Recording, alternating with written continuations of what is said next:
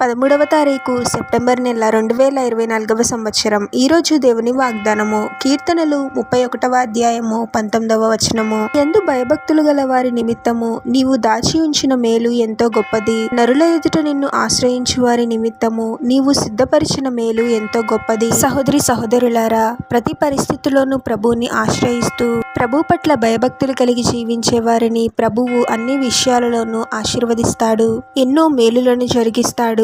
ప్రభు పట్ల భయభక్తులు కలిగి జీవించేవారు కొంతకాలము శ్రమలు అనుభవిస్తూ ఉన్నప్పటికీ ప్రభువు వారి కోసము ఎన్నో మేలులను సిద్ధపరుస్తాడు. తగిన సమయంలో అన్ని రకాల శ్రమల నుండి వారిని విడిపించి ప్రభువు వారి కోసము దాచి ఉంచిన మేలులను వారికి అనుగ్రహిస్తాడు. మనం అనుకోవచ్చు, నేను ప్రభు పట్ల భయభక్తులు కలిగి జీవిస్తూ ఉన్నాను, ఎందుకు నాకు ఈ శ్రమలు, నేను ఎప్పుడు ఆశీర్వదింపబడతాను అని. ఎవరు ఎలా జీవిస్తూ ఉన్నారో ప్రభువు తప్పకుండా గుర్తిస్తాడు. మనం ఎంత భయభక్తులు గల జీవితాన్ని జీవిస్తూ ఉన్నాము, ప్రభువునికి ఎంతగా లోబడుతూ ఉన్నాము అనే విషయాలు ప్రభువు తప్పకుండా గమనిస్తాడు. ప్రభు నిర్ణయించిన సమయం కోసము మనము ఓపికతో కనిపెట్టాలి. తగిన సమయంలో ప్రభువే అన్ని రకాల సమస్యల నుండి మనల్ని విడిపించి మన కోసము ఎంతో కాలంగా దాచి ఉంచిన మేలులను, ఆశీర్వాదాలను మనకు అనుగ్రహిస్తాడు. ప్రార్థన.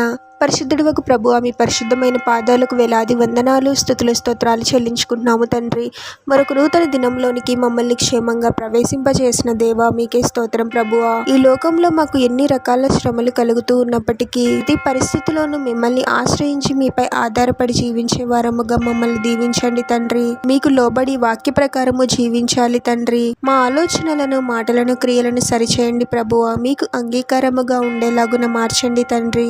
మేము జీవించినంత కాలము మీ పట్ల భయభక్తులు గల జీవితాన్ని జీవిస్తూ మా జీవితాలలో జరిగించబోయే మేలుల కోసం, అనుగ్రహించబోయే ఆశీర్వాదాల కోసము ఓపికతో కనిపెట్టే వారముగా మమ్మల్ని దీవించమని ఈ ప్రార్థనలో ఏకీభవిస్తున్న ప్రతి ఒక్కరిని పేరు పేరున దీవించి ఆశీర్వదించి అభిషేకించమని, వారు చేసే ప్రతి పనిలో మీరే వారికి తోడుగా ఉండి వారిని అన్ని కీడుల నుండి, అపాయాల నుండి మీరే వారిని రక్షించమని మా మనవులన్నీ యేసుక్రీస్తు వారి పరిశుద్ధ నామంలో అడిగి వేడుకొనుచున్నాము తండ్రి. ఆమెన్.